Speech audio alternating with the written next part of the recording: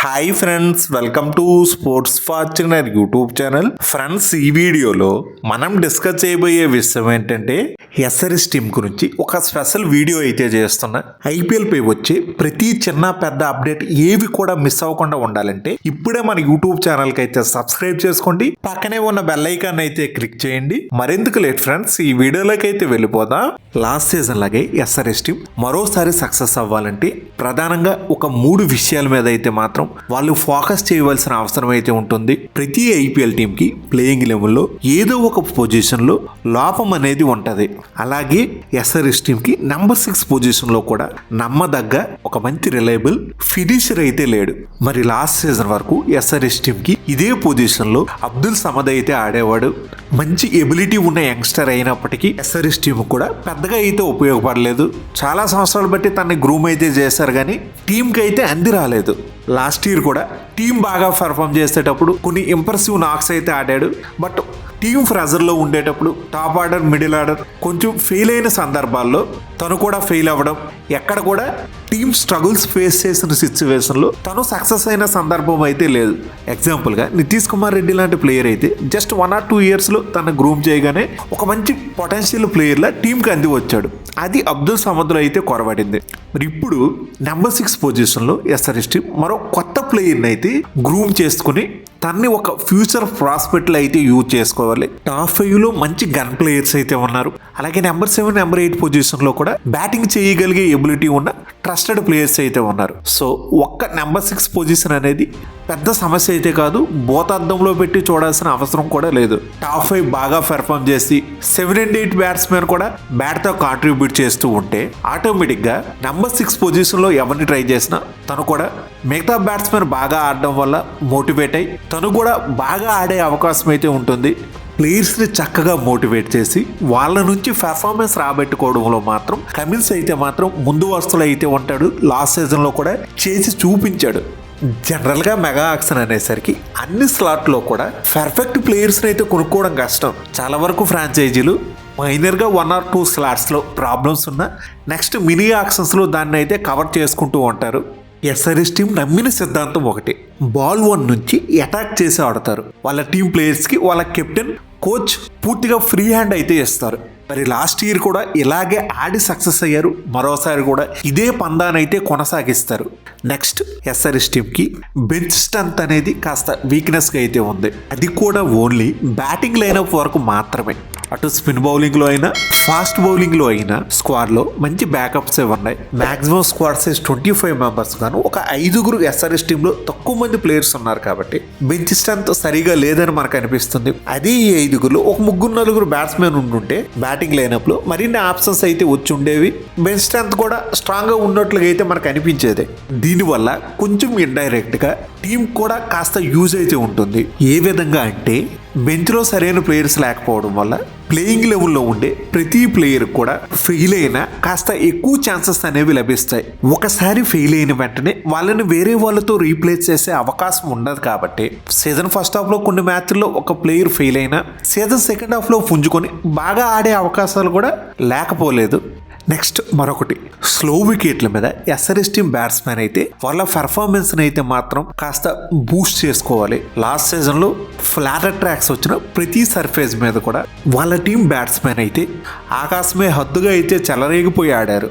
ఎగ్జాంపుల్గా Chennai slow wickets మీద SRS team ఆడిన ఒక 2 మ్యాచ్ల్ని శాంపిల్గా తీసుకుంటే లీగ్ స్టేజ్లో సిఎస్కే టీంతో జరిగిన మ్యాచ్లో ఫస్ట్ బ్యాటింగ్ చేసిన చెన్నై టీం 212 పరుగులు చేస్తే అదే పిచ్ మీద సెకండ్ బ్యాటింగ్ చేసిన ఎస్ఆర్ఎస్ టీం అయితే 134కే ఆల్అవుట్ అయ్యింది. అలాగే ఫైనల్ మ్యాచ్లో 113 పరుగులకే ఆల్అవుట్ అయ్యింది.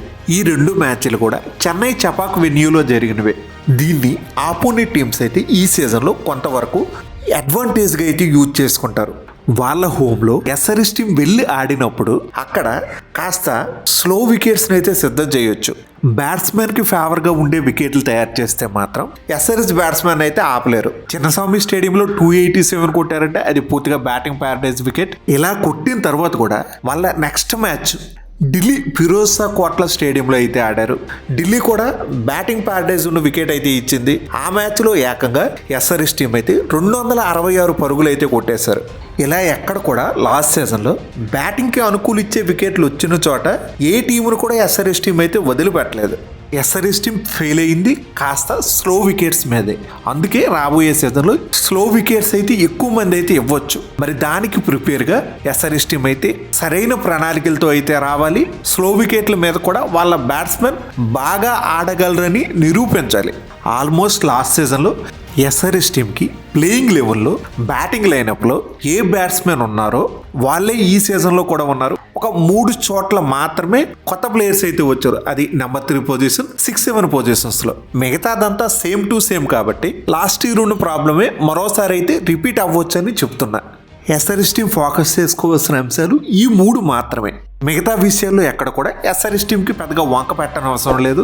మంచి కెప్టెన్ ఉన్నాడు, మంచి బ్యాటింగ్ లైనప్ ఉంది, స్పిన్ బౌలింగ్ మంచి స్ట్రాంగ్గా అయితే తయారయ్యింది, అలాగే మంచి ఫాస్ట్ బౌలర్స్ ఉన్నారు. All okay. SRS team playing లెవెల్లో ఉన్న 11 స్థానాల్లో ఆల్రెడీ ఐపీఎల్లో ప్రూవ్ చేసుకున్నారు. ట్రస్టెడ్ ప్లేయర్స్ అనుకున్న వాళ్ళు 9 మంది అయితే ఉన్నారు. ఊరికినే చెప్పడం కాకుండా లాస్ట్ 3 సీజన్స్లో ఎస్ఆర్ఎస్ టీంలో ఉన్న స్పిన్నర్స్ ఎన్ని వికెట్లు తీశారు, అలాగే కొత్తగా ఈ సీజన్లో ఎస్ఆర్ఎస్ టీంలోకి వచ్చిన స్పిన్నర్స్ ఎన్ని వికెట్లు తీశారు, వీళ్ళ మధ్య స్టాట్స్ కంపారిజన్ అయితే చూద్దాం. First spinner Washington Sundar. తను లాస్ట్ 3 సీజన్స్లో తీసింది కేవలం 10 వికెట్లు మాత్రమే. నెక్స్ట్ లాస్ట్ 2 సీజన్స్ నుంచి ఎస్ఆర్ఎస్ టీంకి ప్రైమరీ స్పిన్నర్గా ఉన్న మయాంక్ మార్కండే 2 సీజన్స్లో కలుపుకొని 20 వికెట్స్ అయితే తీశాడు. అలాగే లాస్ట్ సీజన్లో కొత్తగా వచ్చిన షాబాద్ ఒక 7 వికెట్లు తీశాడు. అలాగే అభిషేక్ శర్మ 2024లో 2 వికెట్లు, 2023లో 2 వికెట్లు అయితే తీశాడు. అంతకుముందు 2022లో వికెట్లు అయితే లేవు. అదే టీంలో కొత్తగా వచ్చిన రాహుల్ చహర్ అయితే లాస్ట్ 3 సీజన్స్లో మొత్తం 32 వికెట్లు అయితే తీశాడు. ఆడమ్ జంప తన ఐపీఎల్ కెరియర్లో ఆడిన 14 మ్యాచ్ల్లో 21 వికెట్లు అయితే తీశాడు. లాస్ట్ 3 సీజన్స్లో ఎస్ఆర్ఎస్ టీం స్పిన్నర్స్ అయితే పెద్దగా అయితే పెర్ఫామ్ చేయలేదు. మరి వాళ్ళకంటే ఈ సీజన్లో వచ్చిన స్పిన్నర్సే బెటర్గా అయితే గతంలో ఐపీఎల్లో పెర్ఫామ్ చేసిన దాఖలా అయితే ఉంది. స్టాట్స్ వైజ్గా కూడా మనకి ఇదే తెలుస్తుంది. నెక్స్ట్ ఇదే విధంగా ఫాస్ట్ బౌలర్స్ మధ్య అయితే కంపారిజన్ అయితే చూద్దాం. లాస్ట్ 3 సీజన్స్లో ఎస్ఆర్ఎస్ టీంలో ఆడిన ఫాస్ట్ బౌలర్స్లో నటరాజన్, భువి 3 సీజన్స్ అయితే ఆడారు. కమిన్స్ చూసుకుంటే లాస్ట్ 2024 సీజన్లో మాత్రమే వచ్చాడు. సో ప్రధానంగా భువి, నటరాజన్, అలాగే వాళ్ళ ప్లేస్లో రీప్లేస్మెంట్గా వచ్చిన మొహమ్మద్ షమి, హర్షల్ పటేల్ ఈ 2 జోడీల స్టాట్స్ని అయితే కంపేర్ చేసి అయితే చూద్దాం. భువీకి లైక్ టు లైక్ రీప్లేస్మెంట్ అయితే మొహమ్మద్ షమి, అలాగే నటరాజన్కి లైక్ టు లైక్ రీప్లేస్మెంట్ అయితే Harshal Patel. SRS team fans emotion వాళ్ళ టీం బౌలింగ్ డ్యూ అయిన భువి, నటరాజన్ వీళ్ళిద్దరూ చూసుకుంటే భువి లాస్ట్ 3 సీజన్స్లో 2024లో 11, 2023లో 16, 2022లో 12 మొత్తం 39 వికెట్లు అయితే తీశాడు. అలాగే నటరాజన్ చూసుకుంటే 2024లో 19, 2023లో 10, 2022లో 18 వికెట్లు అయితే తీశాడు.